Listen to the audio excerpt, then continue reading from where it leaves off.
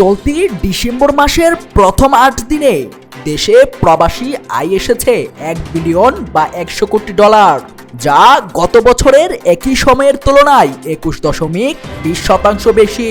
গত বছরের ডিসেম্বরের প্রথম ৮ দিনে এসেছিল ৮৩ কোটি ডলার। বাংলাদেশ ব্যাংকের মুখপাত্র আরিফ হোসেন খান এ তথ্য জানিয়েছেন।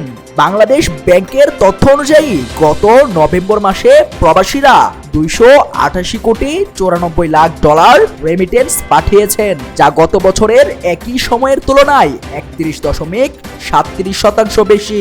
গত বছরের নভেম্বর মাসে রেমিটেন্স এসেছিল ২১৯ কোটি ৯৯ লাখ ডলার। চলতি বছরের নভেম্বর মাসের প্রবাসী আয় গত ৬ মাসের মধ্যে সর্বোচ্চ। গত অক্টোবরে রেমিটেন্স এসেছে ২৫৬ কোটি ৩৪ লাখ ডলার, সেপ্টেম্বরে ২৬৮ কোটি ৫৮ লাখ ডলার, আগস্টে ২৪২ কোটি ১৮ লাখ ডলার এবং জুলাইয়ে ২৪৭ কোটি ৮০ লাখ ডলারের আয় এসেছিল।